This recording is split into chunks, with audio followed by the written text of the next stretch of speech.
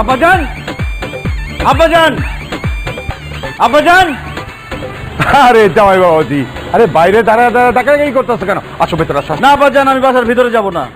আপনি আপনার মেয়েকে আমার কাছে বিয়ে দিচ্ছেন, আমার হাতে তুলে দিচ্ছেন। আমি আপনার মেয়েকে বুঝাই দিতে আসছি, সহি সালামতে আপনার মেয়েকে ফেরত দিয়ে গেলাম। নেন। হ্যাঁ আল্লাহ, কি বলতেছো তুমি এসব? আমি তো ভাবছি আমরা বেড়াইতে আসছি, তুমি আমাকে ফেরত দিতেছো কেন? কারণ তোমার সাথে আমি সংসার করব না সেতু। কি বলতেছো তুমি? এই তুমি আমার সাথে সংসার করবে না কেন? কেমনে জামাই তোর সঙ্গে সংসার করব? তুই এখনো আকরামরে ভুলতে পারস নাই। এটা মনে হয় জামাই বাবাজি বুঝে ফেলাইছে।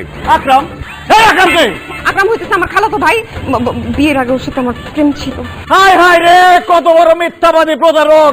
বাসর রাতে আমার মাথা ছুঁয়ে বলছে তার সাথে নাকি কারো প্রেম ছিল না, এখন প্রেমিক বের হয়ে আসতেছে, ইচ্ছা করতেছে। আচ্ছা যাই হোক, আকরামের কারণে আমি আমার সংসার ভাঙতেছি না আব্বাজান। তাহলে কেন ভাঙতেছো? বুঝতে পারছি জামাই বাবাজি, আসলে বিয়ের দিন তোমাকে আত্মীয় স্বজন সবাই যে পচা গরু মাংস খাওয়াইছিলাম, এইটা মনে হয় তুমি দইরা পালাইছো।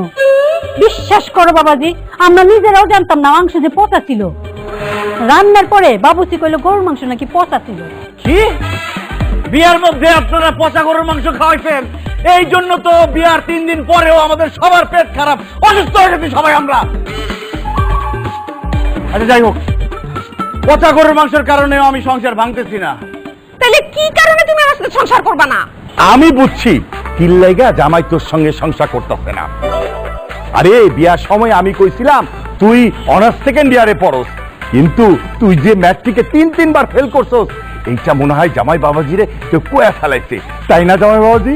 কি সে তো ম্যাট্রিকটাও পাস করতে পারে না, ম্যাট্রিক ফেল করছে, অথচ ঝগড়া লাগলে সে আমার যে বড় বড় কথা শোনায়। সে আমার বলে সে নাকি ক্লাসের ফার্স্ট গার্ল ছিল, তার ক্যারিয়ার নষ্ট হয়ে গেছে বিয়ের জন্য, বিয়ের জন্য সে পড়াশোনা করতে পারে নাই। ইচ্ছা করতেছে একদম ফেলটু বাচ্চা ফেলটু।